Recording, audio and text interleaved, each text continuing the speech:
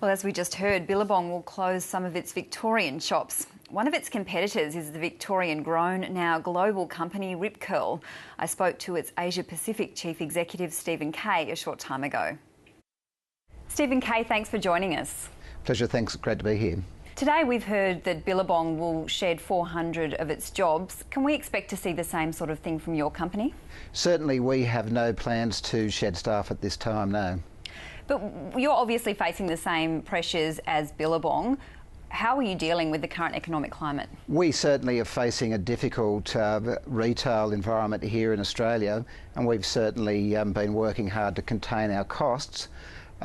We do have some problem stores now, 80 or 90 retail store chain, and perhaps we may have to close one or two of those in the next 12 months, but by and large the stores are meeting our financial expectations. What are the main pressures on your business? Well, certainly, you know, there's no doubt that consumer sentiment out in the marketplace isn't great right now. People are saving money rather than spending up big.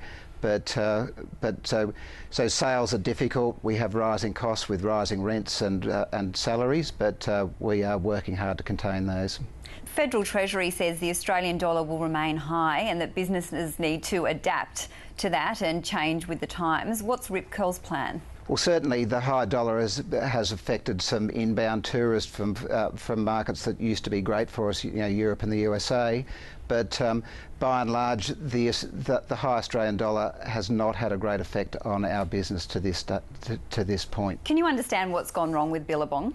I don't think that there's anything wrong with Billabong's strategy. Perhaps it's more, from what I can see, a matter of execution, and perhaps they try to do too much too quickly. They've sort of maybe bitten off more than they can absorb in a short period of time. But I think their strategy will prove to be sound in the long term. You make most of your products offshore. Is that the future for retailing in Australia and indeed manufacturing in general? Well, unfortunately, the very high current value of the Australian dollar makes it almost impossible to manufacture our kinds of products in Australia, and so I would say that offshore manufacture will be our chosen path for the coming years, yes. How would you describe the mood in retailing at the moment? Is it as gloomy as many say it is? I think it's the most challenging conditions I've seen in my time in retail.